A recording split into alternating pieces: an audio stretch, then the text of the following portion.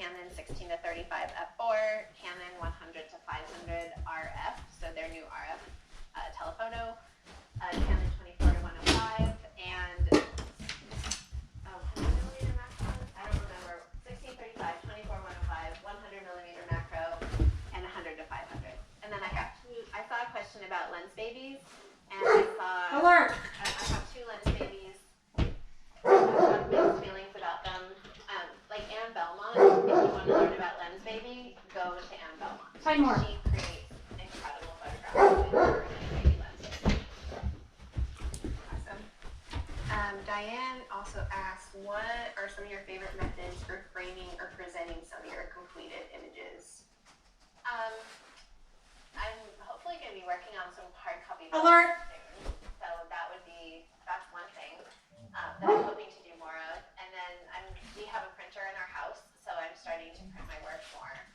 So those are the main find more things. And then I write a lot of ebooks. So right now I'm working on an ebook on Yellowstone National Park, and that includes some plant photographs.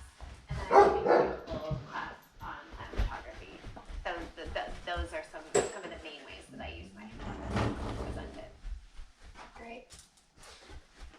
Steve asks, do you choose your lens mainly based on your physical access to your subject, or are there other more artistic criteria?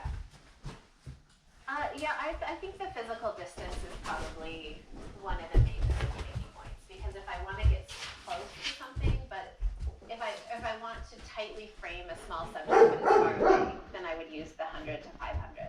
You found that one already? If I'm in an awkward situation,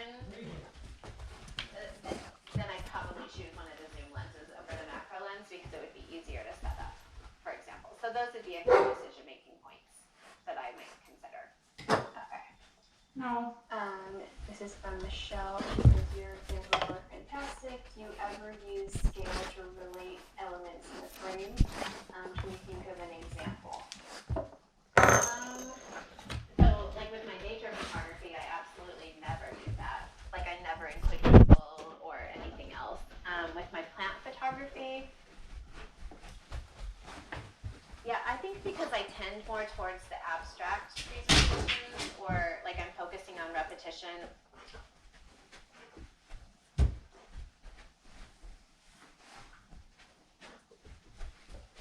Patterns where I don't want any of those visual cues. I'm just gonna scroll through here and see if there's any more.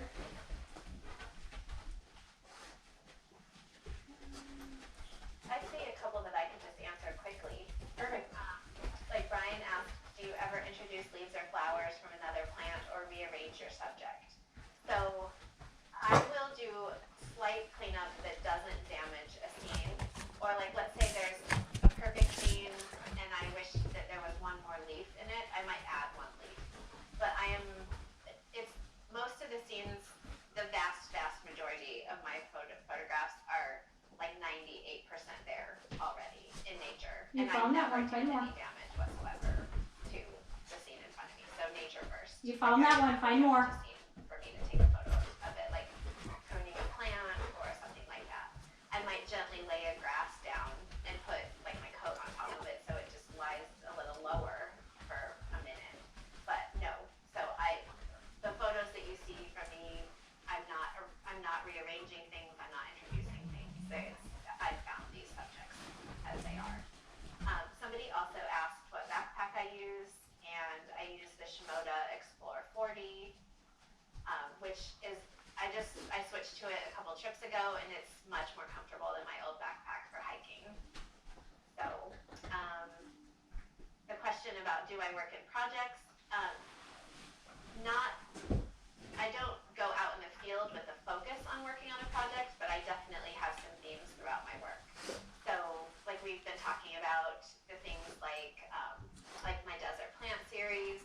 I've been working on photographing plants in Death Valley just because people often think of it as being a desolate landscape. I have a series of patterns, so sets of plants and flowers that I found that have a lot of repetition in them. So I don't intentionally go out to photograph those kinds of things, but I look for them and then introduce those into the portfolios that I already have. Did you see any other questions we should answer, Hannah? There was one. Good she's job, asking nice about job. the RF Nice job, little girl. macro. Nice job.